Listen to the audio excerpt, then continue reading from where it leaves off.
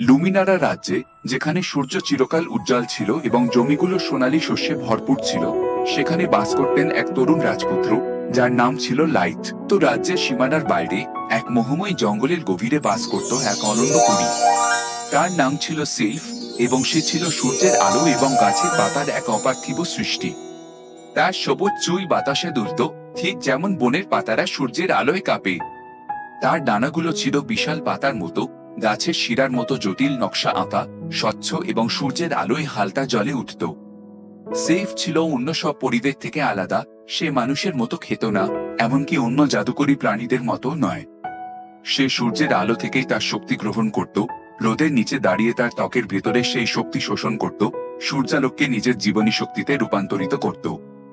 গাছেরা তার সাথে ফিসফিস করে কথা বলত, আর বাতাস তার হাসির সুর ছড়িয়ে দিত সারা জঙ্গলে। কিন্তু একদিন এক ভয়ঙ্কর দুর্যোগ নেমে এলো। এক প্রাচীন অভিশাপের কারণে অন্ধকারের এক ঘন ছায়া পুরো রাজ্যকে গ্রাস করল, এবং 1 মাস ধরে সূর্য এক মুহূর্তের জন্য দেখা দিল না। একদল কালো মেঘ আকাশ থেকে ফেলল, যা কোনো জাদু দিয়েও সরানো সম্ভব ছিল না। সূর্যের আলো না থাকায় সিলফ দিনকে দিন দুর্বল হতে লাগলো। তার ডানাগুলো, যা একসময় জীবন্ত ছিল, ক্রমেই ভঙ্গুর হয়ে পড়ল।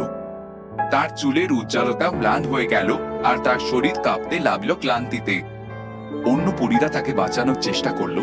অবশেষে সিলফ তার প্রিয় উইডো গাছের নিচে ঢলে পড়ল।